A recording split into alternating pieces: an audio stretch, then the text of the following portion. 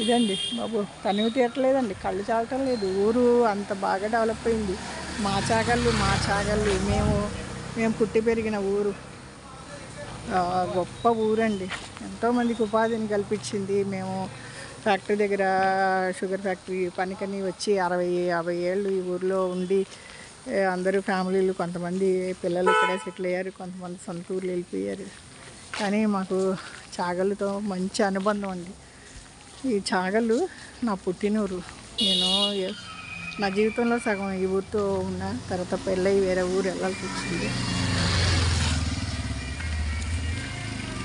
ఏం భాగ్యం అండి, మళ్ళీ పుట్టినూరులో 50 ఏళ్ళ తర్వాత కాలు పెడతాం, పాత మనుషుల్ని కలుసుకోవడం.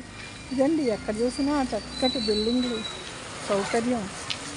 ఇప్పుడు అటు ఈ రోడ్లో వెళ్ళి ముత్యాలమ్మ గుడి గ్రామదేవతను దర్శించాం. పోయిన వారం చాలా గ్రాండ్గా ఫంక్షన్ జరిగింది. ఇదండి స్కూల్ అనుకుంటే. ఇదే హాల్లో పోయిన వారం నేను ఫంక్షన్ అటెండ్ చేశాను. 1978 బ్యాచ్ అండి. ఈ వారం 1975 బ్యాచ్.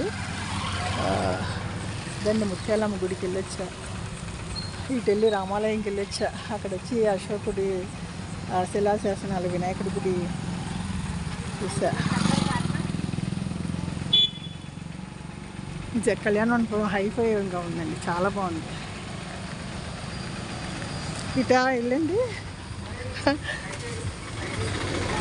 సినిమాలు ఆ కాలువ పక్కన సినిమా హాల్ ఉండేది. అలా ఈవి వినాయక గారి సినిమా హాల్లో పాత సినిమాలు చూసేవాళ్ళ, రామారావు సినిమాలు అవి.